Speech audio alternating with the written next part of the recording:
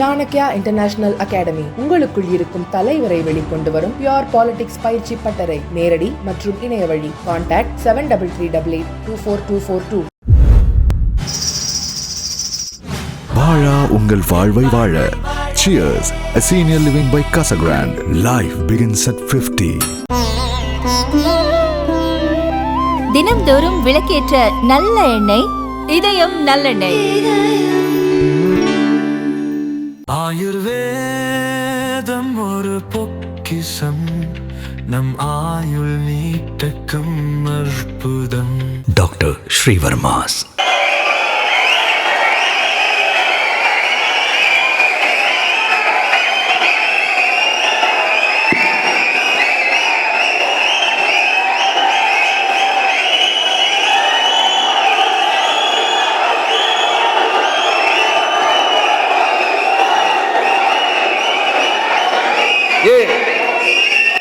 நீங்களும் இவ்வளவு பேர் இருக்கீங்களா?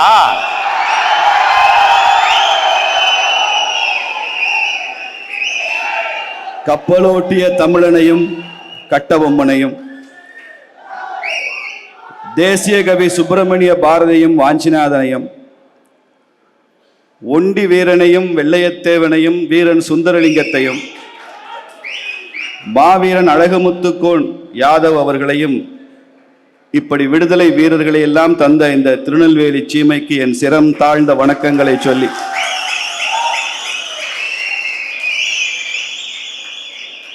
ரங்கராஜ் பாண்டே அவர்களை பாராட்டத்தான் வேண்டும்.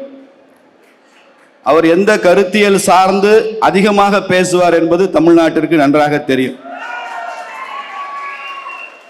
அதனால்தான் அவரது கொள்கை எதிரிகள் அவரை சங்கி என்று அன்புடன் அழைக்கிறார்கள். நாம் அப்படி அவரை ஏற்றுக்கொள்வதில்லை. நம்மையும் கடுமையாக விமர்சனம் செய்பவர் அவர். ஆனால் அவரது தமிழ் பற்றையும் தமிழ் மண்ணின் மீது இருக்கும் அவர் பற்றையும் பார்த்தால், இந்த நெல்லை சீமையிலிருந்து சொல்கிறேன், அவர் ரங்கராஜ் பாண்டே இல்ல, ரங்கராஜ் பாண்டியன் என்று அவரை சொல்லலாம். அவர் ஏற்றுக்கொண்டால் அதை சொல்லலாம். இன்றைக்கு கேப்டன் விஜயகாந்த் அவர்களது நினைவு நாள். அவரை பற்றி மற்றவர்களுக்கெல்லாம் இருக்கிற பெருமையை விட எனக்கு கொஞ்சம் கூடுதல் பெருமை உண்டு. மதுரைக்காரர் அவர், எங்க ஊருக்காரர். அந்த துணிச்சலும் கம்பீரமும் அந்த ஆண்மை நிறைந்த அரசியலுக்கும் சொந்தக்காரர் கேப்டன் விஜயகாந்த். ஒரு பக்கம் ஜெயலலிதா அம்மையார், இன்னொரு பக்கம் கலைஞர் கருணாநிதி என்ற இரு பெரும் அரசியல் ஆளுமைகள் கோலோச்சிய காலத்தில் இருவரையும் எதிர்த்து அரசியல் செய்தவர் கேப்டன் விஜயகாந்த் அவர்.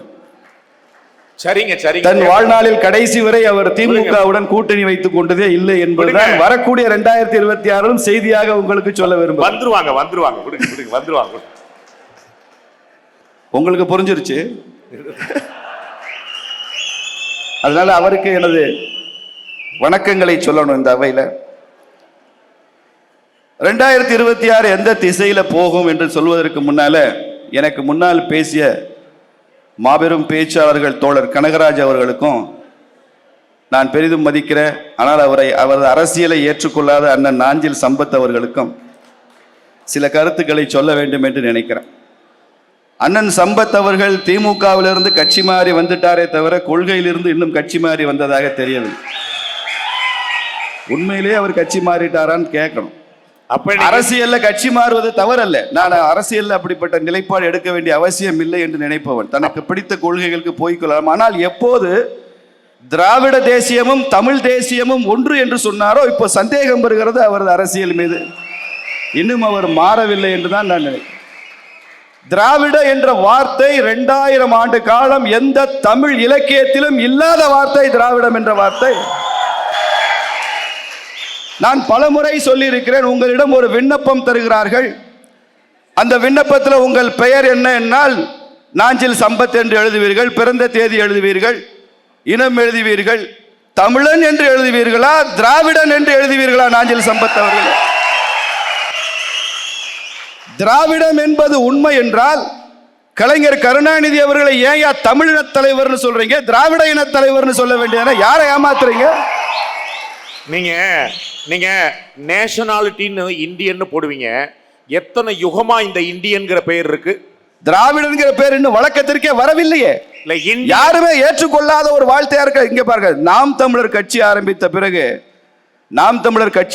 பிறகு அதற்கு முன்னதாக ஆரம்பிக்கப்பட்ட தமிழகத்தின் கட்சிகள்ல எங்கேயோ ஒரு மூலையில திராவிடம்ன்ற வார்த்தை இருக்கும். திராவிடர் கழகம், திராவிட முன்னேற்ற கழகம், அண்ணா திராவிட முன்னேற்ற கழகம், தேசிய முற்போக்கு திராவிடர் கழகம், மறுமலர்ச்சி திராவிடர் கழகம். இந்த திராவிடம்ன்ற வார்த்தையை விட்டு நீங்க கட்சி ஆரம்பிக்க முடியாது என்ற நிலைமை. தமிழக வெற்றி கழகம் தமிழ்நாட்டில் பாருங்க, நாம் தமிழர், அம்மா மக்கள் முன்னேற்ற கழகம், மக்கள் நீதி மையம், தமிழக வெற்றி கழகம். முதல்ல திராவிடம் செத்து போச்சுன்றதுக்கு தாங்க உதாரணம். தமிழ்நாடு அரசியல்ல திராவிடம் செத்து போச்சு. அதாவது கால்டுவெல்ல பத்தி இவ்வளவு பேசுறாங்க. நோட் பண்ண வேண்டிய பாயிண்ட் நாம் தமிழர் துவக்கப்பட்ட பிறகு திராவிடம் செத்து விட்டது என்று பாஜக சொல்கிறது. மாற்றான் தோட்டத்து மல்லிகைக்கு மனம் உண்டு என்கிற கொள்கையை சொந்தக்காரர்கள். ரெண்டு பேரும் பக்கத்துல உட்காரும் போது ரொம்ப மனம் திருச்சுன்னு தெரியும் எனக்கு. இவங்கெல்லாம் பேசும்போது அதிகம் குறுக்கிடாத ரங்கராஜ் பாண்டியன் நான் பேசுறப்ப எவ்வளவு குறுக்கிடுறாரு பாரு. இதுதான் சொல்றேன், அவரை சங்கின்னு நம்பிடாதீங்கன்னு சொல்றேன், நீங்க நம்ப மாட்டீங்க. அதனால திராவிடம் இல்ல. கால்டுவெல்லை பற்றி இவ்வளவு பெருமையாக பேசுவதற்கு என்ன இருக்கிறது? கால்டுவெல் எழுதின புத்தகத்திலேயே the grammar of Dravidian languages or the south Indian languages தான் போட்டிருக்காரு. டைட்டிலே அப்படித்தான் இருக்கு, சவுத் இந்தியன் லாங்குவேஜஸ் தான் இருக்கு. நீங்க திராவிட ஒப்பிலக்கணம்னு கம்பேரிட்டிவ் கிராமர். அவர் லிங்குவிஸ்டே இல்ல, கால்டுவெல் லிங்குவிஸ்ட் இல்ல, மொழியியல் அறிஞர் இல்ல, அவர் ஒரு கிறிஸ்தவ பாதிரியார். மொழியியல் அறிஞர் இல்லாத ஒன்றை கொண்டாடுகிறது திராவிடர் கட்சி, திராவிட முன்னேற்ற கழகம் என்றால் எவ்வளவு பைத்தியக்காரத்தன அரசியலை 200 வருஷமா செஞ்சுட்டு இருக்கிறாங்க பாருங்க. அண்ணன் நாஞ்சில் சம்பத் சொல்லுவாரா, இதே கால்டுவெல் இந்த தென் மாவட்டங்களில் மிக பெரும்பான்மையாக மரியாதைக்குரியதாக பெருமைக்குரியதாக வசித்துக் கொண்டிருக்கிற நாடார் சமுதாய மக்களை பற்றி தி சானார்ஸ் ஆஃப் திருநெல்வேலி என்று சொல்லி எவ்வளவு பச்சையா கொச்சையா அவதூறா, கால்டுவெல் வந்தா திருநெல்வேலிக்கு வந்தா செருப்பால் அடிப்பான் அப்படி எழுதியிருக்கிறாரு. மறுக்க முடியுமா உங்களால? மன்னிப்பு கேட்க வேண்டிய சூழல் உருவாக்குனாங்க அப்போது இருந்த அந்த மக்கள், அந்த சமூக மக்கள் சுயமரியாதை உணர்வோடு கிளர்ந்தெழுந்து கால்டுவெல்ல மன்னிப்பு கேட்க வைத்த மண் இந்த திருநெல்வேலி மண். சும்மா இல்ல, எப்படிப்பட்ட தியாகங்களை எல்லாம் செய்து வந்திருக்கிறோம். அண்ணன் கனகராஜ் அவர்கள் அண்ணன் கண்ணாடி போட்டிருக்காரு, கொஞ்சம் டெஸ்ட் பண்ணி பார்த்தா நல்லது. இல்ல ஒரு நல்ல கண் டாக்டர் சொல்லுங்க, இல்ல மதுரைக்கு வாங்க, அரவிந்த் கண் மருத்துவமனைக்கு நானே கூட்டிட்டு போறேன் உங்களை. உங்க கண்ணாடி இங்கதான் இருக்கு. எனக்கு பார்வையில கோளாறு இல்லையே, படிப்பதற்கு தான் தேவை, எனக்கு பார்வையில கோளாறு இல்லை. அண்ணன் சென்னையில் இருக்காரு, பக்கத்துல செக்ரட்டரியேட்ல திமுக ஆட்சியை பத்தி அவருக்கு எதுவுமே தெரியல. 3000 கிலோமீட்டர் தள்ளி டெல்லியில நடக்கிற எல்லாமே தெரியுது அவருக்கு. இதுக்கு பேர் தான் தொலைநோக்கு பார்வை. கொலைநோக்கு பார்வை நினைக்கிறேன். ரொம்ப தூரமா தெரியுது. 3000 கிலோமீட்டர் தள்ளி பார்க்கிற அண்ணன் கனகராஜ் அண்ணன் 3 கிலோமீட்டர் தள்ளி பாருங்க அண்ணன், அறிவாலயத்தை பாருங்க, என்ன நடக்குதுன்னு பாருங்க, அங்கே உள்ள பிரச்சனைகளை சொல்லுங்க. கேட்டா நாங்களும் தான் எதிர்க்கிறோம். ரொம்ப இறுக்கி பிடிச்சவனே நாங்கள் கூட்டணி இல்ல தொகுதி உடன்பாடு புது வார்த்தையை திருநெல்வேலியில் வந்து சொல்லிட்டு போயிருக்காரு. அப்ப கனகராஜனுக்கு சவால் விடுற, இனிமே இந்தி கூட்டணின்ற வார்த்தையை நீங்க சொல்லக்கூடாது. சரியா? நீங்க அதுக்கு இந்தி தொகுதி உடன்பாடுன்னு சொல்லுவீங்களா? முரண்பாடுகளின் மொத்த உருவமாக ஒரு கட்சி இருக்கிறது என்றால் அது கம்யூனிஸ்ட் கட்சி தான், இடதுசாரி சிந்தனையாளர் தான். தனிப்பட்ட முறையில் அத்தனை கம்யூனிஸ்ட் தலைவர்கள் மீதும் எனக்கு மிக பெருந்த மரியாதை உண்டு. திட்டம் போது எல்லாம் இப்படிதான் திட்டுறீங்க. தனி வாழ்க்கையில தூய்மையானவர்கள், நேர்மையானவர்கள். அவர் மீது மரியாதை உண்டு, ஆனா அவரை மதிக்க மாட்டேன். நான் சொல்வது அவருடைய கட்சியை, அவர் சித்தாந்தத்தை பற்றி பேசுகிறார். எளிமையானவர்களாக தனி வாழ்வில் தூய்மையானவர்கள் இருக்கிற கம்யூனிஸ்டுகளுக்கு, தனி ஒழுக்கம் இருக்கிற கம்யூனிஸ்டுகளுக்கு தேசிய ஒழுக்கம் இல்லையா? நேஷனல் கேரக்டர் தான் முக்கியம். பர்சனல் கேரக்டரை விட நேஷனல் கேரக்டர் முக்கியம் இல்ல, அது கம்யூனிஸ்டுகளுக்கு இல்ல. அவங்க தோன்றிய கருவிலே குற்றம், தோன்றிய காலத்திலிருந்து இந்த தேசத்திற்கு எதிராகத்தான் சிந்தித்திருக்கிறார்கள், செயல்பட்டிருக்கிறார்கள். கம்யூனிஸ்டுகளின் தேசபக்தி எல்லை தாண்டிய தேசபக்தி, அது இந்திய எல்லைக்குள்ளே இருக்காது, எங்கிட்டோ போயிடும், சீனாவுக்கு போகும், ரஷ்யாவுக்கு போகும், எல்லை கடந்த தேசபக்தி. அதனாலதான் அவரால் அப்படி பேச முடியுது. ஐயா மோடி சொன்னாரா, அயோத்தியில போய் ஜெய் ஸ்ரீராம்னு சொன்னாரா? உண்மைதான். புவனேஸ்வர்ல ஒரிசால ஜெய் ஜெகநாத்னு சொன்னாராம். உண்மைதான். அயோத்தியில போய் ஜெய் ஸ்ரீராம், பூரி ஜெகநாதர்கிட்ட ஜெய் ஜெகநாத், ஸ்ரீராம கைவிட விடல. ஸ்ரீராமும் ஜெகநாதரும் ஒரே அவதாரங்கள் தான், எங்களுக்கு தெரியும், உங்களுக்கு தெரியாது. கொஞ்சம் பொறுங்க. உங்க கோட்டை, மார்க்சிஸ்ட் கோட்டை கேரளாவில் வர்ற 2026 நீங்க வாஷ் அவுட்.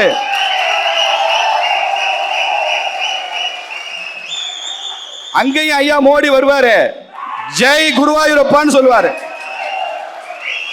ஜெய் குருவாயூரப்பான்னு சொல்லுவார். உங்களுக்கு எடப்பாடி பழனிசாமி ஓ பன்னீர்செல்வமே ஒன்னா தான் தெரியுது. அதனால உங்களுக்கு எல்லாமே உங்களுக்கு ஒண்ணா. தமிழ்நாட்டிலையும் 2026 வருவாரு, வெற்றிவேல் வீரவேல் நீங்க சொல்லுவார். ஏன்னா இது மதம் இல்லைங்க, மண் வாசனை. தமிழ்நாட்டின் மண் வாசனை வெற்றிவேல் வீரவேல், ஒரிசாவின் மண் வாசனை ஜெய் ஜெகநாத், அயோத்தியின் மண் வாசனை ஜெய் ஸ்ரீராம் என்கிற முழக்கம். அதை நாங்க சொல்லிக் கொண்டுதான் இருப்போம். இதுல என்ன பிரச்சனைன்னு எனக்கு தெரியலையே. சொந்த காசுல சூன்யம் வச்சுக்கிற ஒரு கட்சி இருக்குன்னா திமுக தாங்க. சொந்த காசுல சூன்யம் வச்சுக்குவாங்க. நீங்க திமுகக்குன்னு ஒரு ஜனன ஜாதகம் இருக்கு. திமுக ஒரு தடவை ஆட்சிக்கு முதல்ல குறப்பிரசவம் ஆயிடும். பல சமயம் அவங்க முழுசா ஆட்சியில் இருக்க மாட்டாங்க, ஆட்சி டிஸ்மிஸ் ஆயிடும். அது ஒரு ஜாதகம். முழுசா 5 வருஷம் இருந்துட்டாங்கன்னா அடுத்த 5 வருஷத்துக்கு மக்கள் ஓட்டு போட மாட்டாங்க, வேற ஆட்சி தான் வரும். திமுக ஒரு முறை 2ஆம் முறை வந்ததில்லை. உடனே இங்க சில பேர் டிஎம்கே உடன்பிறப்பு கேட்பாங்க. 67லும் வெற்றி பெற்றோம், 71லும் திமுக தானே வெற்றி பெற்றது, 67ல அறிஞர் அண்ணா தலைமையில வெற்றி பெற்றது, 71ல தான் கலைஞர் தலைமையில வெற்றி பெற்றது. கருணாநிதி திமுக தலைமையேற்ற பிறகு ஒரு முறைக்கு மறுமுறை திமுக ஆட்சிக்கு வந்ததில்லை. அது 2026 நாம் பார்க்க போகிறோம். திமுகவின் ஜாதகத்துல மாற்றமே இருக்க போறதில்லை. இப்படித்தான் ஸ்டாலினுக்கு முதலமைச்சர் ஆகிற ராசியே இல்லைன்னு சொல்லிட்டு இருந்தீங்க. அவர் எப்படி முதலமைச்சர் ஆனான்னு நானே சொல்றேன். இப்ப மேடையில எங்க அண்ணன் எங்க அம்மா அதையும் சொல்றேன் நான். நீங்க அவசரப்பட்டு கொஸ்டின் லீக் பண்ணாதீங்க, நான் சொல்லணும். நீங்க சொன்னா அப்புறம் நீங்க பிஜேபி சார்பா பேசுறீங்கன்னு ஆயிடும். ஸ்டாலின் ஜாதகத்துல லக்னத்துல ஸ்டாலின் இருக்காருங்க. அவருக்கு முதல்ல சகோதர ஸ்தானம் தான் அவருக்கு பெரிய பிரச்சனையாகும் அப்படின்னு நினைச்சோம். ஆனா அழகிரி அண்ணனும் கனிமொழி அக்காவும் அமைதியா அவருக்கு ஒத்துதர வேலையை செஞ்சதுனால சகோதர ஸ்தானம் அவருக்கு பிரச்சனை இல்லை. அடுத்து அவருக்கு லேசா பிரச்சனை வர ஆரம்பிச்சது புத்திரஸ்தானம் தான். உதயநிதி மூலமா தான் அவருக்கு நிறைய பிரச்சனை. சனாதனத்தை ஒழிப்பேன்னு சொல்லிவிட்டு இன்னைக்கு கோர்ட்டா அலைஞ்சிட்டு இருக்கிறார். சரி விடுங்க, புத்திர பாசம் அவரை சும்மா விடாது. அடுத்த தேர்தலையாவது அவரை முதலமைச்சர் ஆக்கிறணும்னு உறுதியா இருக்கிறாரு. அவர் முதலமைச்சரானா நிறைய பேர் மகிழ்ச்சி அடைவாங்கன்னு சொல்லிக்கிறாங்க. அண்ணன் ஸ்டாலின் நிச்சயம் மகிழ்ச்சி அடைவார். இப்போ மற்ற கிரகங்கள் தான் ரொம்ப மோசமா இருக்கு. நீங்க ஜாதகத்தை நம்புறீங்களா இல்லையன்ற, நான் தொழில்முறை ஜோதிடம்லாம் இல்லை, எனக்கு ஜோசியம் தெரியாது. ஆனால் அரசியல் ஜோதிடம் நன்றாக தெரிந்தவன் என்ற முறையில சொல்கிறான்.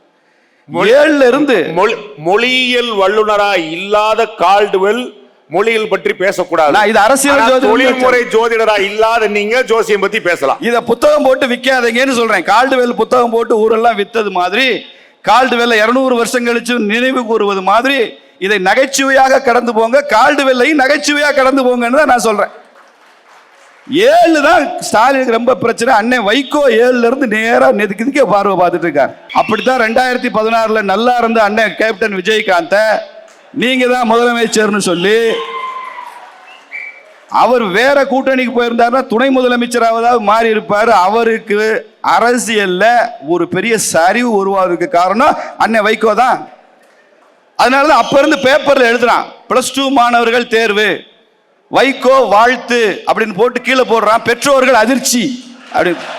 இப்போ வைகோ வாழ்த்து சொன்னா பெற்றோர் அதிர்ச்சின்னா, நீங்க கூட்டணியிலே வைகோ வச்சிருந்தீங்கன்னா அந்த கூட்டணி எப்படி இருக்குன்னு பாருங்க. இப்ப பாருங்க, ஜனவரி மாசம் அவரோட கூட்டணி வச்சிருந்தவருங்க, நீங்க எல்லாம் மறந்துடாதீங்க. ஊரூரா போய் வாஜ்பாய் அவர்கள் ஊரூரா போய் தமிழ்நாட்டுல கேட்டாரு, உனக்கு உள்துறை அமைச்சகம் வேணுமா வெளியுறவுத்துறை தவிர எதனால கேளுன்னு வாஜ்பாய் கேட்டாரு வைகோவை பத்தி. ஊரூரா போய் தமிழ்நாட்டின் மூளை முடுக்கெல்லாம் போய் வாஜ்பாய் தான் பிரதமர், நரேந்திர மோடி தான் பிரதமர், எங்களை விட அதிகமா பேசுனது வைகோ தான். அதனால கூட்டணியில வச்சிருந்தோம். அதுல எங்களுக்கு ஒன்றும் ஆட்சேபனை இல்லை. அவரை நாங்க முதலமைச்சர் ஆக்குறோம்னு சொல்லல. ஒருவேளை நாஞ்சில் சம்பத்தன பொன்னாரண்ணன் சொல்லியிருப்பார் நீங்க முதலமைச்சர் ஆகலான்னு சொல்லி. பிஜேபியில எப்படி முதலமைச்சர் தேர்ந்தெடுக்கப்படுகிறார்கள் என்பது கூட புரிதல் இல்லாத கூட்டம் இல்லை இந்த பாரதிய ஜனதா கட்சி கூட்டம். பிஜேபி காரங்களுக்கே தெரியாது. அது பிஜேபி காரங்களுக்கே தெரியாது. BJP is known for bringing surprises. Delhi தேர்தல் நடந்தது. ரேகா குப்தான்னு ஒரு மகத்தான பெண்மணியை முதலமைச்சராக்குனாங்க. ஒரிசால தேர்தல் நடந்ததுக்கு அப்புறம் அந்த நாட்டினுடைய பழங்குடி மக்கள் பகுதியிலிருந்து ஒருத்தர் முதலமைச்சராக்குனாங்க. எப்படி சாதாரண மனிதர்களை நீங்க பல மேயர்கள், தூய்மை பணியாளர்கள் மேயர்களாக வந்த வரலாறு பாரதிய ஜனதா கட்சியினுடைய மாநகராட்சிகள் தான் உண்டு. BJP is known for surprises. திடீர்னு ஒருத்தரை கொண்டு வந்து அவர் தான் உங்களுடைய மாநில தலைவர் அண்ணாமலைன்னு சொல்லுவாங்க. திடீர்னு இன்னொருத்தரை கொண்டு வந்து மண்ணின் மைந்தர் நயினா நாகேந்திரன் கொண்டு இவர் தான் அவங்க மாநில தலைவர் சொல்லுவாங்க. known for surprises. அதனால என்ன தப்பு கிடையாது. திடீர்னு சினிமால இருந்து ஒருத்தர் வந்து நான் தான் முதலமைச்சர்னு சொல்லலாம். திடீர்னு வந்து நான் தான் முதலமைச்சர் சொல்லலாம். அதற்கு ஆதரவா பேசுறதுக்கு மூத்த அரசியல் தலைவர் அண்ணன் நாஞ்சில் சம்பத் மாதிரி அவரையா முதலமைச்சராக கூடாதுன்னு கேட்கலாம். 40 வருஷமா இந்த திருநெல்வேலி மண்ணில் அரசியல் பண்ண அண்ணன் நயினார் முதலமைச்சராக கூடாதா? ஏன் ஆகக்கூடாது? அண்ணன் நயினாரை முதலமைச்சராக கூட 2026 தேர்தலில் பிரச்சாரம் பண்ணுங்க சார். நாங்க எப்ப பிரச்சாரம் பண்ணுவோம், யாரை முன்னிறுத்துவோம், எங்கள் எதிரி யார்? Fix your enemy first. Fix your enemy ஃபர்ஸ்ட்ங்கிறது அரசியல். இந்த 2026 தேர்தல் பிஜேபியில் யார் முதலமைச்சர்னு விஜய் கட்சி மாதிரி எங்களை ஏமாற்றிக் கொள்ள தயாரா இல்ல. திமுகவை ஆட்சியிலும் அரசியலிலும் அகற்றுவதுதான் எங்கள் நோக்கம். திமுக ஒரு தீய அரசியல் சக்தி. அண்ணா திமுக கட்சி கூட திமுகவை ஆட்சியிலிருந்து தான் அகற்ற நினைக்கிறது. பாரதிய ஜனதா கட்சி திமுகவை அரசியலில் இருந்து அகற்ற நினைக்கிறோம். நாம எங்களுக்கு பிரியாரிட்டி இருக்குங்க. எங்களுக்கு பிரியாரிட்டி இருக்கு. ஒரு தேர்தலோடு முடிந்து போகிற கட்சி இல்ல பாரதிய ஜனதா கட்சி. இன்னும் 500 வருஷ அரசியல் இந்த நாட்டில் பாரதிய ஜனதா கட்சியினுடைய அரசியலா இருக்கும். 500 வருஷத்துக்கு தலைவர்கள் தயாரா இருக்கிறான், இனிமே பிறக்க போற உட்பட. அதனால அதை பற்றி எல்லாம் நீங்கள் கவலைப்பட வேண்டாம் என்று சொல்லிக் கொள்கிறான். யார் அப்படி இருக்கணும் என்பதை பற்றி நாங்கள் தீர்மானிப்போம். இப்ப 7ல வைகோ இருக்காரு பாருங்க. ஜாதகத்தை இடையில வந்து நீங்க டிஸ்டர்ப் பண்ணக்கூடாது. 7ல அண்ணன் வைகோ இருக்காரு. இப்ப ஜனவரியில பாத யாத்திரை நடத்துறாரு. பாத யாத்திரை தான் ரொம்ப டாப். மதுவிலக்குக்காக பாத யாத்திரை நடத்துறாரா திமுக கூட்டணி. வைகோ அண்ணனுக்கு ஒரு வேண்டுகோள், திமுக காரனை கூப்பிடாதீங்க, தண்ணி அடிச்சுட்டே உங்க கூட பாத யாத்திரைக்கு வருவான். நீங்க வேணா ஒண்ணு செய்யுங்க, இந்த பாத யாத்திரை நம்ம கட்சி எங்க இருக்குன்னு தேடுறாருன்னு அண்ணன் நாஞ்சில் சம்பத் சொன்னார்ல, சம்பத்தண்ணன் கருத்து நான் ஏற்றுக்கொள்கிறேன். டார்ச் லைட் அடித்து தேடுக்கிறது கூட கமலஹாசனை வச்சுக்கோங்க. அண்ணன் கமலஹாசன் தமிழ்நாட்டில் சென்னையில் தமிழ்ல பேசினாலே புரியாதையா, அவரை பார்லிமெண்ட்டுக்கு அனுப்பிச்சிருக்கீங்க. அவர் என்ன பேசுறாருன்னு யாருக்கு புரியும்? இப்போ அங்கே போய் ஹிந்தியில பேசுறாரு, இங்கிலீஷ்ல பேசுறாரு. அதுக்கு ஒரு டிரான்ஸ்லேஷன் வேற போட வேண்டிய அவசியம் இருக்கு. யாருக்கும் புரியாத ஒரு அரசியல் கமலஹாசன். எப்படிப்பட்ட முரண்பாடுகள் வச்சிருக்காங்கன்னு பாரு. 7 வைகோன்னா 8ல வைகோ, 8ல திருமா அண்ணன் இருக்கார். திருமாவளவன் பார்க்கிற ஜாதகம் அங்கிருந்து முறைச்சு பார்க்கிறாரு. நமக்கு பயமா இருக்கு. இப்ப என்ன சொல்றாரு திருமாவளவன்? முறைச்சான், அடிச்சேன். நீங்க முறைக்காதீங்க சார். நீங்க என்ன முறைக்கலாம், திருமாவளவன் முறைச்சிடாதீங்க. முறைச்சான், அடிச்சேன். எப்படி பாருங்க திமுக ஆட்சி. அண்ணன் கனகராஜ் சப்ப கட்டி கட்டி தூக்கி நிறுத்துகிற ஆட்சி. தூக்கி நிறுத்துகிற ஆட்சி. சாலையில ஒரு வாகனம் போகுது, முன்னால ஒரு வக்கீல் போறான், அந்த வக்கீல போய் இடிச்சிட்டாங்க. பொறுப்புள்ள தலைவர் இறங்கி யார் தப்பு செஞ்சிருந்தாலும் சமாதானப்படுத்துவது தலைவருக்கு அழகா. அவன் முறைச்சா நான் அடிச்சேன்னு சொல்றது அழகா. கண்டிச்சு ஒரு வார்த்தை பேசியிருக்கிறாரு கனகராஜ். நாங்க கூட்டணி வைக்கல, தொகுதி உடன்பாடு வச்சிருக்கேன்னு சொல்றாரு. அந்த இடத்துல பிஜேபி காரன் மாத்திரம் யாராவது ஒரு மாவட்ட தலைவரோ மாநில செயலோ கார்ல போயிருக்கட்டும், 10 நாளைக்கு மீடியால அதான டிபேட். டிபேட் அதான. பிஜேபி காரன் தப்பு பண்ணாதான் டிபேட். இது டிபேட் இல்லைங்க, டெம்ப்ளேட். தமிழ்நாட்டு அரசியல்ல 11 வருஷ ஊடகங்களுடைய டெம்ப்ளேட் என்ன தெரியுமா?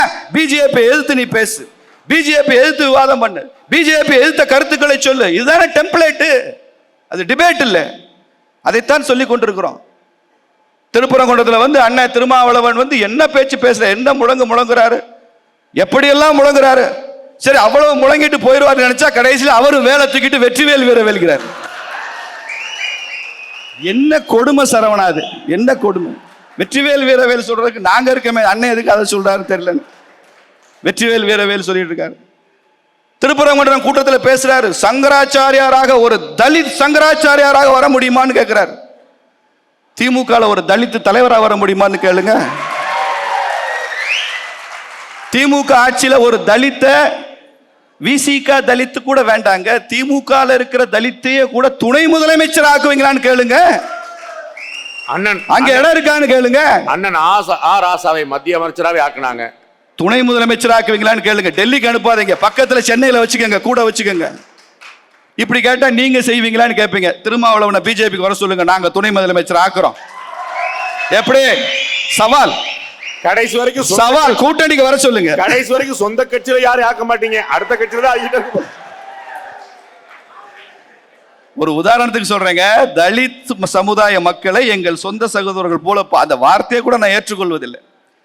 எஸ்சின்ற வார்த்தையோ, பட்டியல் சமுதாயம் என்பதையோ, தலித் என்பதையோ, ஆதி திராவிடர் என்பதையோ அந்த வார்த்தைகளை கூட பயன்படுத்தக்கூடாது என்று நினைப்பவன் நான். சொந்த சகோதரனை வேற வார்த்தையில எப்ப கூப்பிடணும்? என் சொந்த சகோதரனை வேற வார்த்தையில நான் ஏன் கூப்பிடணும்? அந்த வார்த்தையே பொருத்தமில்லை. என்னதோ ஒரு காலச்சூழல், சில தேவைகளுக்காக, சில சமூக நீதி கருத்துக்களுக்காக தேவைப்படுகிறது. இருக்கும் வரை இருக்கட்டும், தவறில்லை. அப்படிப்பட்ட ஒரு சூழல் இருக்கிறது.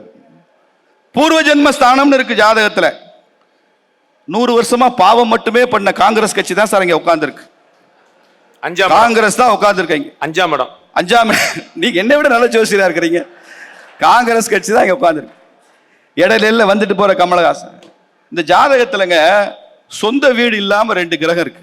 அதுக்கு சொந்த வீடே கிடையாது 2 கிரகத்துக்கு. ஒன்னு ராகு, இன்னொன்னு அதுதான் இடது கம்யூனிஸ்ட், வலது கம்யூனிஸ்ட். அவங்களுக்கு சொந்த வீடே கிடையாது. தமிழ்நாட்டில் அவங்க சொந்த வீடே பார்த்ததில்லை. ஏதாவது ஒரு கிரகத்தோட போய் சேர்ந்து உட்கார்ந்து அவனை ஒழிச்சிட்டு தான் வேற வேலை பார்ப்பாங்களே தவிர, கூட்டணியிலால கம்யூனிஸ்டுகளோட கூட்டணி சேர்ந்து வாழ்ந்தவர்கள் யாரும் இல்லை. நாசமா போனவர்கள் நிறைய உண்டு.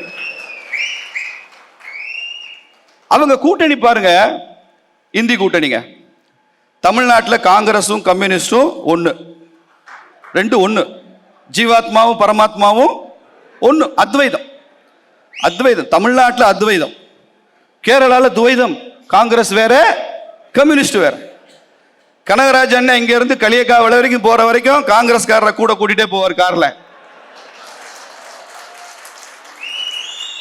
களியக்காவில டீ கடையில் உட்காந்து ஒரு டீ குடிச்சிட்டாருன்னா காங்கிரஸ்காரர் கூட ஏறினாருன்னா பிடிச்சி தள்ளி விட்டுட்டு அவர் மட்டும் போவார். ஏன் கூட்டிட்டு வந்தாரு, ஏன் தள்ளி விட்டாருன்னு தெரியாது. கேரள பார்டர் வந்துருச்சுங்க, இனிமே நம்ம கூட்டணி கிடையாது, துவைதம் தான் இனிமே. பீகார்ல நிதிஷ்குமார் வந்து ஏன் வந்தாரு, ஏன் போனாரு, ஏதாவது சொன்னீங்கன்னா அதுக்கு நிதிஷ்குமார் தான் சார் காரணம் சொல்லணும். நாங்க ஏன் சொல்லணும்? அவர் திரும்பி இங்க பாருங்க, நிதிஷ்குமாரோ சந்திரபாபு நாயுடு பிஜேபியை விட்டு வெளியே செல்கிறார்கள். திரும்ப தங்கள் தவறை உணர்ந்து பிஜேபி கூட்டணிக்கு வருகிறார்கள் என்றால் காரணத்தை பாண்டே, நீங்க பீகார்காரர் தானே, நிதிஷ்குமார்ட்ட போய் நீங்க கேளுங்க, எங்ககிட்ட கேட்காதீங்க. நாங்க ஏன் சொல்லணும்? எங்களை ஆதரிக்கிறவரை நாங்க ஒத்துக்கிறோம். இப்பதானங்க பாண்டியன்னு சொன்னீங்க. என்னங்க 2 கேள்வி கேட்டோட நீ பீகார். எங்க அண்ணன் சீமானா என் அருமை தம்பின்னு சொல்லுவார் தெரியுமா? நான் பாண்டியன்னு பேரை மாத்துங்கன்னு சொன்னேன். நீங்க அதுக்கு உடனே ஒப்புதல் கொடுத்தீங்கன்னா இந்த அவையில நாங்க பிஜேபி தம்பிகளா சேர்ந்து தீர்மானம் போட்டு உங்களை பாண்டியன்னு சொல்லியிருப்போம். என்ன தம்பி, ஒத்துக்கிறீங்களா பாண்டியன்? ஆம் என்பவர் கை உயர்த்துக, வேண்டாம் என்பவர் எல்லாம் நிறைய ஓவர் ரெஸ்பான்ஸ். இப்போ எங்க விட்டேன்? கூட்டணி வீடு இல்லாத ராகு கேது அவரை இந்தி கூட்டணி. இந்தி கூட்டணி இந்த மாதிரி ஒரு காமெடி கூட்டணி யோசிச்சு பாருங்க. தமிழ்நாட்டில் காங்கிரஸும் கம்யூனிஸ்டும் வேற, கேரளாவில் வேற, தமிழ்நாட்டில் ஒன்று. இப்போ கேரளாவில் உள்ளாட்சி தேர்தல் நடந்ததுல, இந்த உள்ளாட்சி தேர்தலில் பெரும்பான்மையான இடங்களை பெற்று வெற்றி பெற்ற கூட்டணி எது தெரியுமா? இந்தி கூட்டணி. பெரும்பான்மை இடங்களில் தோல்வி பெற்ற கூட்டணி எது தெரியுமா? இந்தி கூட்டணி. 2024 நாடாளுமன்ற தேர்தலில் 20 தொகுதிக்கு 19 தொகுதிகளை வெற்றி பெற்ற கூட்டணி எது? இந்தி கூட்டணி. 19 தொகுதிகளும் தோல்வி பெற்ற கூட்டணி எது? இந்தி கூட்டணி. அண்ணா, இப்படி ஒரு அரசியலை நாங்க இந்திய வரலாற்றில் 75 வருஷமா பார்த்தோம். நீங்க இன்குலாப் ஜிந்தாபாத்னு சொல்லாதீங்க, குழப்பம் ஜிந்தாபாத்னு சொல்லுங்க, கன்ஃபியூஷன் ஜிந்தாபாத். வாழ்க வளர்க. இப்ப மேற்கு வங்காளத்துக்கு போறேன், நீங்க அங்கதான் இன்னும் கொடுமை. அதே கேரளால திருச்சூர் மாவட்டத்துல மட்டத்தூர் பஞ்சாயத்துல காங்கிரசும் பாஜகவும் கூட்டணி அமைச்சு ஒருத்தரை வந்து பஞ்சாயத்து தலைவராக்கி. சார், பஞ்சாயத்துல கட்சி சின்னமோ கட்சியினுடைய வேட்பாளரோ இல்லைங்க. பஞ்சாயத்து என்பது தனி. அது உள்ளூர்ல சொந்தக்காரன், ஜாதிக்காரன், அண்ணன் தம்பி. அண்ணன் பிஜேபியில் இருப்பான், தம்பி காங்கிரஸ் இருப்பான். உள்ளூர்ல சின்னம் கிடையாது, ரெட்டலையும் கிடையாது, கையும் கிடையாது, மார்க்சிஸ்ட் கட்சியும் கிடையாதுங்க. அது தனி பஞ்சாயத்து. பஞ்சாயத்து தனி. அந்த பஞ்சாயத்தை இங்க பேசாதீங்க. நான் நகராட்சி தேர்தல் சின்னத்தில், தாமரை சின்னத்தில் தாமரையும் கையும் கைகோர்த்ததா? அருவாள் சுத்தியலும் கையும் தமிழகத்தில் கைகோர்க்கிற அருவாள் சுத்தியலும் கையும் கேரளாவில் தனித்தனியா இருக்கிறத என்ன காரணம் நான் கேட்கிறேன். அதுக்கு பதில் சொல்ல முடியல உங்களால. பஞ்சாயத்து, அதுல வார்டு மெம்பரு, அதுல ஒரு வீட்டுக்குள்ள கூட்டணி, இப்படியா பேசுவீங்க? பிஜேபியை குறை சொல்றதுக்காகவே ரங்கராஜ் பாண்டே உட்பட இப்படிலாம் பேசுறேன் அர்த்தம். இப்ப நான் பெங்கால் கதைக்கு போனோம். இப்ப பாருங்க, இன்னும் அடுத்த குழப்பம், அடுத்த சுவாரஸ்யம் இருக்கு. இங்கேயாவது கம்யூனிஸ்ட் இந்தி கூட்டணி, காங்கிரஸ் இந்தி கூட்டணி. இப்ப பெங்கால்ல தேர்தல் வரப்போகுது. அங்க கம்யூனிஸ்ட் இந்தி கூட்டணியும் காங்கிரஸ் இந்தி கூட்டணியும் கூட்டணி பெங்கால்ல. சரி, காங்கிரஸும் கம்யூனிஸ்டும் இந்தி கூட்டணி வச்சுக்கிட்டு அவங்க யாரை ஆட்சியிலிருந்து வீழ்த்துறதுக்காக அங்கே தேர்தலை ஃபைட் பண்றாங்கன்னா நம்ம அக்கா மம்தா பானர்ஜி, அவங்களும் இந்தி கூட்டணி. அடடே ஆச்சரியக்குறி. எது அடடே ஆச்சரியக்குறி? அவங்களும் இந்தி கூட்டணி. அப்போ காங்கிரஸ் இந்தி கூட்டணி, கம்யூனிஸ்ட் இந்தி கூட்டணி, கம்யூனிஸ்டும் காங்கிரஸும் சேர்ந்த இந்தி கூட்டணி, மம்தா பானர்ஜி இந்தி கூட்டணி எதிர்த்து தேர்தல் பண்றது. இந்த மாதிரி ஒரு அரசியல் தமிழ்நாட்டு வரலாறுல, இந்திய வரலாற்றுல இந்திய வாக்காளர்கள் பார்த்ததில்லை. கேரளாவிலும் சரி, மேற்கு வங்காளத்திலும் சரி, தமிழகத்திலும் சரி, கம்யூனிஸ்ட் சித்தாந்தத்தின் கடைசி சவப்பெட்டி 2026 தான். கம்யூனிஸ்ட் சித்தாந்தம் கடைசி சவப்பெட்டி. இந்த பாம்பை பத்தி சொல்லுவாங்க, தலையை அடிச்சுட்டா கூட வால் ரொம்ப நாள் ஆடும்னு. அது மாதிரி கம்யூனிஸ்ட் சித்தாந்தத்துக்கு, நான் சித்தாந்தத்துக்கு தான் சொல்றேன், கட்சிக்கோ தனிநபர்களுக்கோ சொல்லவில்லை, அந்த ஐடியாலஜிக்கு சொல்றேன். சீனாவிலையும் ரஷ்யாவிலையும் தலையை அடிச்சாச்சு. சீனா முதலாளித்துவத்தை ஏத்து ரொம்ப வருஷம் ஆச்சு. ரஷ்யாவில் கம்யூனிஸ்ட் கட்சி காணாம போச்சு. இந்தியாவில் மாத்திரம் தான் இந்த வால் ஆட்டிக்கிட்டு இருக்கு. நரேந்திர மோடி அதற்கான அந்த ஆணியை அடிப்பார். யோசிச்சு பாருங்க. 47 பாராளுமன்றத்தில் 52 எத்தனை பார்லிமெண்ட் உறுப்பினர்கள் இடதுசாரிகள் இருந்தாங்க? கிராஃப் போடுங்க. 57 எவ்வளவு பேர், 71 எவ்வளவு பேர், 76 எவ்வளவு பேர், 89 எவ்வளவு, 91 எவ்வளவு, போட்டே வாங்க. இப்ப 2014 எவ்வளவு, 2019 எவ்வளவு, 2024 தேஞ்சு போயிருக்கீங்களா, வளர்ந்துருக்கீங்களா? நீங்க ஏன் ஏழை மக்களின் பங்காளின்னு சொல்ற உங்களுக்கு ஏன் வளர்ச்சி இல்லை? பாட்டாளி வர்க்கத்தை பற்றியே பேசிய கம்யூனிஸ்டுகள் இப்பெல்லாம் நீங்க திமுக கூட்டாளி வர்க்கத்தை பத்தியில பேசிட்டு இருக்கிறீங்க. மக்கள் ஏற்றுக்கொள்ள மாட்டாங்க. திராவிட சித்தாந்தமும் இதோட முடிஞ்சு போச்சுங்க. திராவிட ஐடியாலஜியும் 2026 தேர்தலோட திமுகவின் தோல்வியோட அதுவும் முடிபெறுகிறது. திராவிட சித்தாந்தமும் கம்யூனிஸ்ட் சித்தாந்தமும் சேர்ந்து முடிவுக்கு வரக்கூடிய காலம் தான் 2026. எந்த திசையில் 2026 கேட்டாரே பாண்டே. திராவிட சித்தாந்தம் 2026 அழிய போகிறது என்பதை அதிமுக ஏற்கிறதா? நாங்க அதிமுகவை அனைத்திந்திய அதிமுக என்னைக்கு மாத்தினாங்களோ அன்னைக்கு இருந்து இந்த திராவிட மாடல் திமுகவோட அவளை இணைத்து பேசுவதே இல்லை. திராவிடம் என்று வந்து விட்டால் திராவிடம், இந்தியா என்று வந்து விட்டால் இந்தியா என்கிற பேச்சை யார் சொல்கிறார்களோ, எப்போது விஜயகாந்த் தன் கட்சியில தேசிய முற்போக்கு என்று சொன்னாரோ, தேசியமும் இந்தியாவும் சொல்கிற எந்த கட்சியும் நாங்கள் ஏற்றுக்கொள்ள தயாராக இருப்போம். திமுக தான் இந்த திராவிட மாடல் என்று சொல்கிறார்களே தவிர அதிமுகவை நாங்கள் அந்த கணக்கில் சேர்க்கவில்லை. அதிமுக இந்து விரோதியா? அதிமுக இந்திய விரோதியா? அதிமுக மொழிக்கான விரோதியா? இல்லையே. இந்தி அரைக்கு ஒழிகன்னு சொல்றாங்க. எதுக்கு இந்தி அரைக்கு ஒழிகணும்? இந்தி ஒழிகன்னு கூட சொல்லு, இந்தி திணிப்பு ஒழிகன்னு சொல்லு.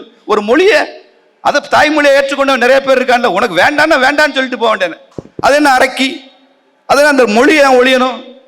என்ன சார் சென்ஸ்? ஆன்டி காட் திமுக, ஆன்டி ஹிந்தி பண்ணிட்டு போவோம் அரசியல்.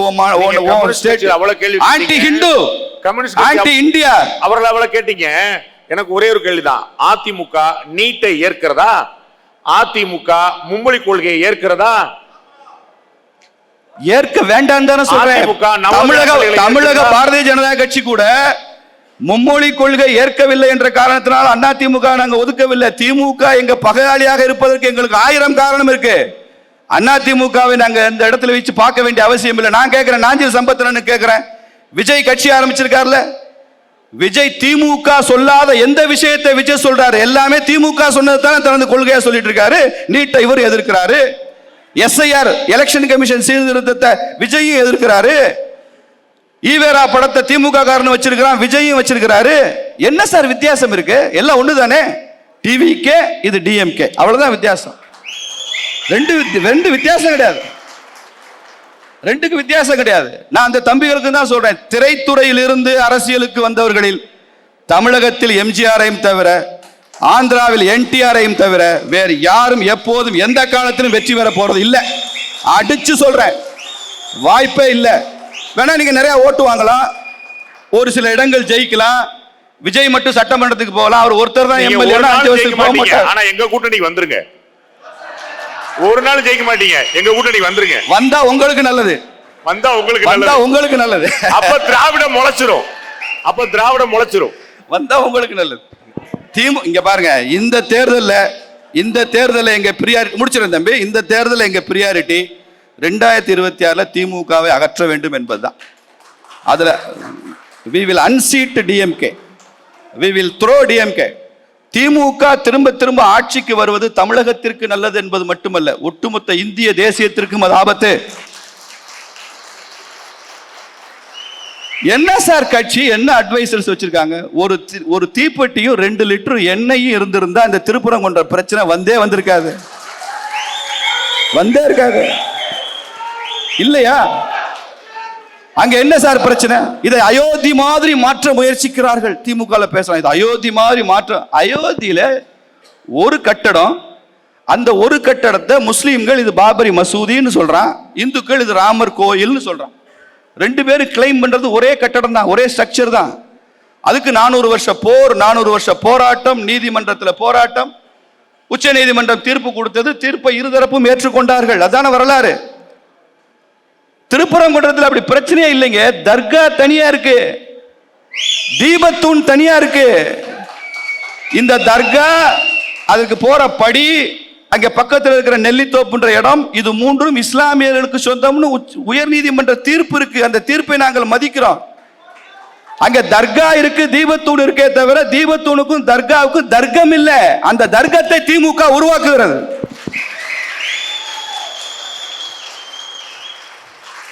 ஆடு 2 முட்டிக்கிட்டா நறுக்கி கொண்டாட்டம். எங்களுக்கு பிரச்சனையே இல்லை. திருப்பரங்குன்றத்தில் எந்த இஸ்லாமியர்களும் அங்க தீபம் ஏற்றக்கூடாது என்று யாரும் சொல்லவில்லை. எங்களை வச்சுக்கிட்டு இவங்க அரசியல் பண்றாங்கன்னு சொல்றான்.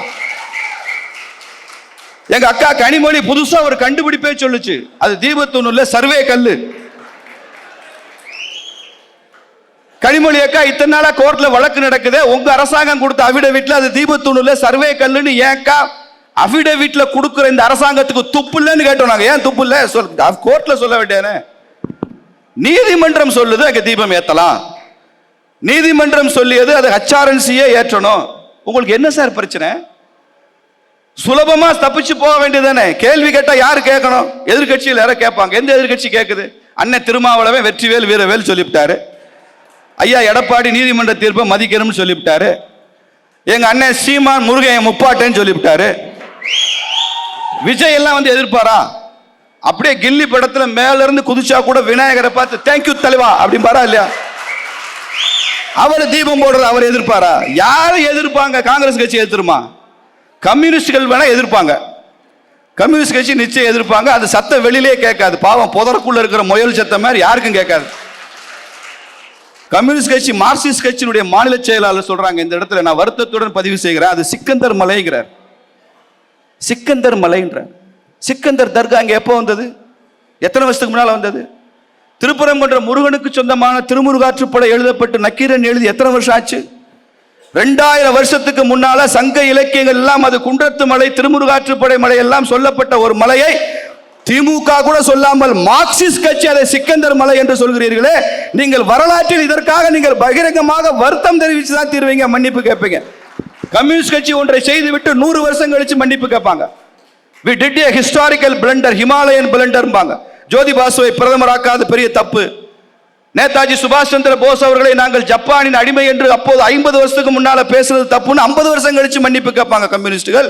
திருப்பரங்குன்றத்தில் சிக்கந்தர் மலை என்று சொன்னதற்கும் இன்னும் 100 வருஷமோ 50 வருஷமோ நீங்கள் மன்னிப்பு கேட்பீர்கள் மிஸ்டர் கனகராஜ், மன்னிப்பு கேட்பீங்க. யார் முன்னால வந்தது? கந்தர் வேற சிக்கந்தர் வேறங்க. நாங்க தர்காவோட சண்டைக்கே போலங்க. இந்து முஸ்லீம் ஒற்றுமையா இருக்கா, தீபத்தை ஏற்ற வேண்டியது. நாங்க மேல்முறையீட்டுக்கு போறோம். அடுத்த வாதம் உயர் நீதிமன்றம் தீர்ப்பு சொல்லியிருக்கு. அதுக்கப்புறம் 2 நீதிபதிகள் கொண்ட அவனுக்கு மேல்முறையீடு போனா அவங்க அதை தள்ளுபடி பண்ணிட்டாங்க. அதற்கப்புறமும் நாங்க மேல்முறையீடு போறோம்.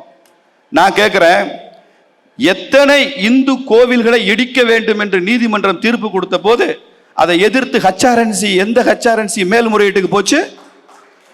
இந்து கோவிலை இடிக்க வேண்டும் என்று சொல்லி தீர்ப்பு வந்தால் மறுநாளே இடிப்பீங்க, அப்பீல் கிடையாது. அதே இந்து கோயில மலை உச்சியில தீபம் ஏற்றணும் உயர் நீதிமன்றம் தீர்ப்பு சொன்னா அப்பீலுக்கு போவீங்களா? அப்பீலுக்கு போவீங்களா? இது இந்துக்களுக்கு எதிரான அநீதி இல்லையா? துரோகம் இல்லையா? வஞ்சனை இல்லையா? அதெல்லாம் இப்படி பேசுறதுக்கு கேவலமா இல்லையா உங்களுக்கு? அப்பீலுக்கு போறீங்க.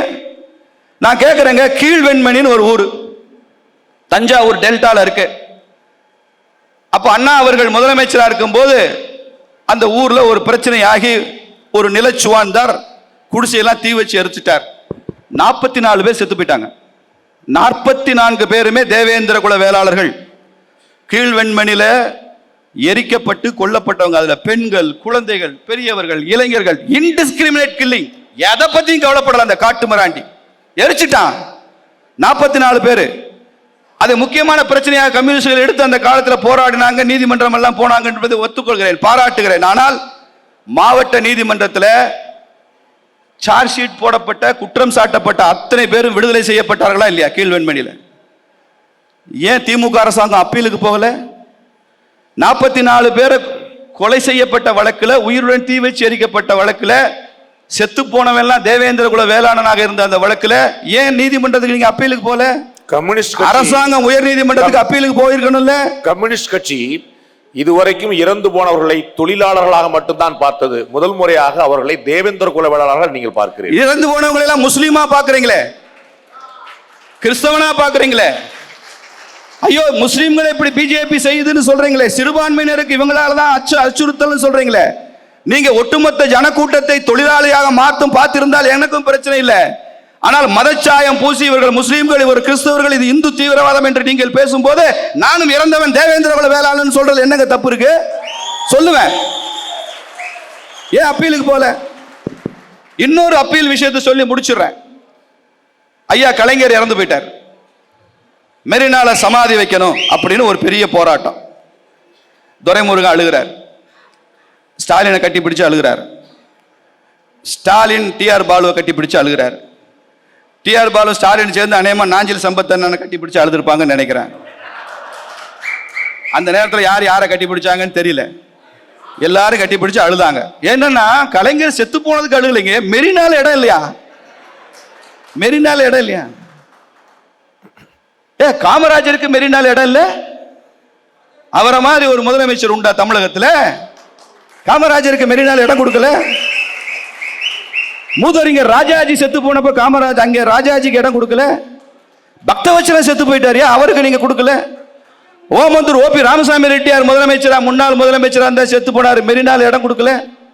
கருணாநிதிக்கு மாத்திரம் இடம் இல்லைன்னா அப்படி அழுக ஓன்னு. அப்ப முதலமைச்சரா இருந்த ஐயா எடப்பாடி சில சட்ட விதிகளை சுட்டி காமிச்சு மெரினால கொடுக்கறதுக்கு அரசாணை இல்ல, நீதிமன்றம் தடை விதிச்சிருக்குன்னு சொல்லிவிட்டார். அதுக்கு தான் அந்த அழுக ஓன்னு அழுக. ராத்திரியோட ராத்திரியா நீதிமன்றத்துக்கு போனாங்க. இதை நீதிமன்றம் அவசர வழக்காக கருதி உடனே விசாரிக்க வேண்டும்னு திமுக வக்கீல்கள் சொன்னாங்க. நீதிமன்றமும் ராத்திரியில கூடி விசாரிச்சு சட்ட விதிகளை தளர்த்தி மெரினாவில் கலைஞருக்கு அண்ணா சமாதிக்கு பக்கத்திலே உள்ளுக்குள்ளே சமாதி வைக்கலாம்னு தீர்ப்பு வந்த உடனே தான் சிரிச்சார் ஸ்டாலின். அப்பதான் சிரிச்சார், அந்த வெற்றியை கொண்டாட்டாங்க. நான் கேட்கிறேங்க, அன்னைக்கு மட்டும் எடப்பாடி தமிழக முதலமைச்சர் நான் அப்பீலுக்கு போவேன்னு சொல்லியிருந்தா என்னங்க ஆயிருக்கும்? கருணாநிதிக்கு மெரினால சமாதி வைக்க சொல்லிருச்சு உயர் நீதிமன்றம். ஆனால் நான் தான் முதலமைச்சர், நான் அப்பீலுக்கு போவேன்.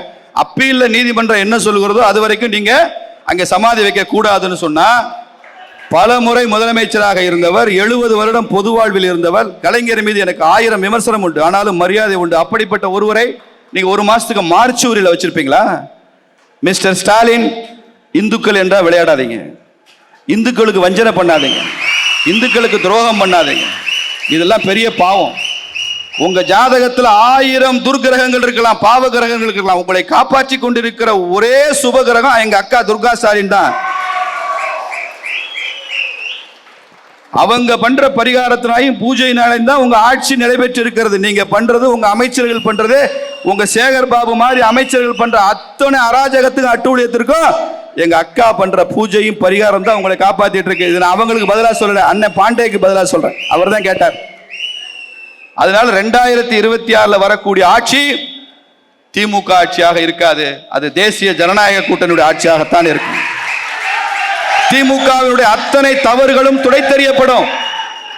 திமுகவினுடைய அரசியல் வாழ்க்கை அஸ்தமிக்கும். திருப்பரங்குன்றத்தில் நீதி அரசர்கள் விரும்பி இருக்கிற அந்த தீபத்தில் தூண் ஏற்றணும், அந்த கார்த்திகை தீபத்தை அந்த தூண்ல ஏற்ற வேண்டும் என்று நீதி அரசர்கள் விரும்பி இருக்கலாம். ஆனால் இது மாதிரி ஒரு திராவிட மாடல் ஆட்சியில தனக்கு தீபம் ஏற்றுவதை முருகனே விரும்பவில்லை. அதனாலதான் அங்க ஏற்ற முடியவில்லை. அடுத்த ஆட்சி வரும்போது, தர்மத்திற்கு எதிரான இந்த ஆட்சி இல்லாமல் தேசிய ஜனநாயக கூட்டணி ஆட்சி வரும்போது திருப்பரங்குன்றத்திலும் மலை உச்சியிலும் தீபத்தூணிலும் கார்த்திகை தீபம் எரியும். அன்னைக்கு எங்க ஐயா நரேந்திர மோடி தமிழ்நாட்டுக்கு வருவாரு. செக்ரட்டேரியட் வாசல்ல நின்று வெற்றிவேல் வீரவேல் சொல்லிட்டு தான் பிளைட் ஏறுவார். வெற்றிவேல் முருகனுக்கு.